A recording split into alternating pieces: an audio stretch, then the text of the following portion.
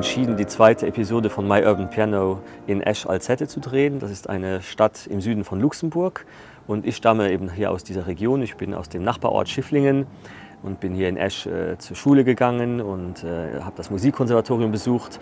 Und von daher war es mir ein Anliegen, bevor die Reise mich ins Ausland führt, hier noch einen kleinen Abstecher in meine alte Heimat zu machen. Und dann ist es ja auch so, dass die Stadt Esch Anwärter ist für den Titel der Kulturhauptstadt 2022.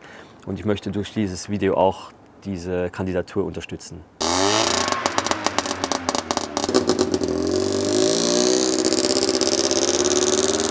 Und alles so angefangen, dass damit mal angerufen wird. Und ich habe mich ganz gefreut, weil das so lange hier war, dass wir es kennen und schon so lange nicht gesehen haben und einfach von den Herren haben. Und dann hat er gesagt, ein Teil von seinem Urban Piano Projekt wird zu Esch. Und da kommen wir in die Idee, wir machen etwas, wo die Schauspielerin quasi die Musik durchstellt als eine Form von Mensch. Und dann, wie hat seine Entdeckungsrecht durch die Stadt möchte, durch die Landschaft, dann guckt, wie die Matière und die Natur und die verschiedenen Elemente auf hat reagieren an Musik.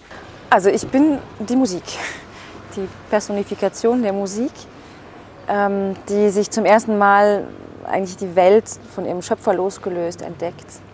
Also zum ersten Mal in die Welt rausgelassen wird und die Welt entdeckt und aber auch ein bisschen merkt, wie sie so auf ihr Umfeld wirkt. Sucht aber auch immer wieder, also sie will immer wieder auch zurück zu ihrem Schöpfer, sucht ihn eigentlich auch die ganze Zeit.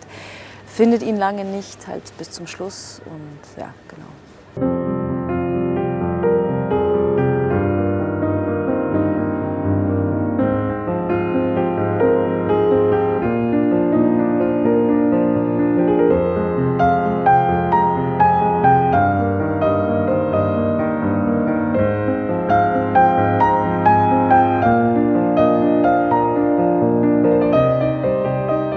Das Stück heißt Heartland und zwar aus dem Grund, weil ein Stück meines Herzens hier an diesem Land hängt und die ganzen Erinnerungen, die ich damit verbinde.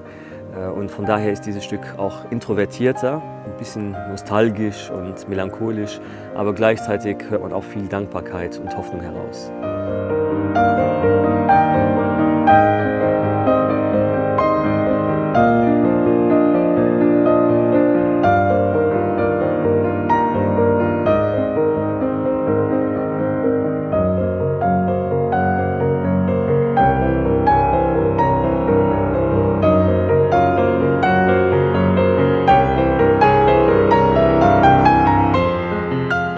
Allplatz ist ein Challenge und gibt so viele Motive, die ihn aufhängen kann. Und ich muss immer ein bisschen für etwas dezidieren.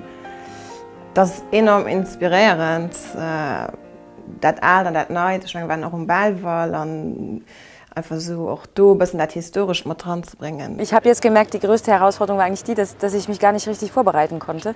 Es gab keinen Text zu lernen, was natürlich auch mal schön ist, aber gleichzeitig hatte ich jetzt nicht viel in der Hand. Also ich bin jetzt auch so ein bisschen ins kalte Wasser gesprungen. Ich kannte natürlich das Stück, die Musik. Ich habe auch das Skript gelesen, was aber halt eine Bildbeschreibung ist eigentlich nur. Ich wusste ungefähr, auf welche Bilder sie hinaus wollen. Ja, und dann haben wir losgelegt. Aber es ist natürlich einerseits eine Herausforderung, nicht zu wissen, was auf einen zukommt. Gleichzeitig natürlich auch total schön, weil es Raum für Improvisation lässt.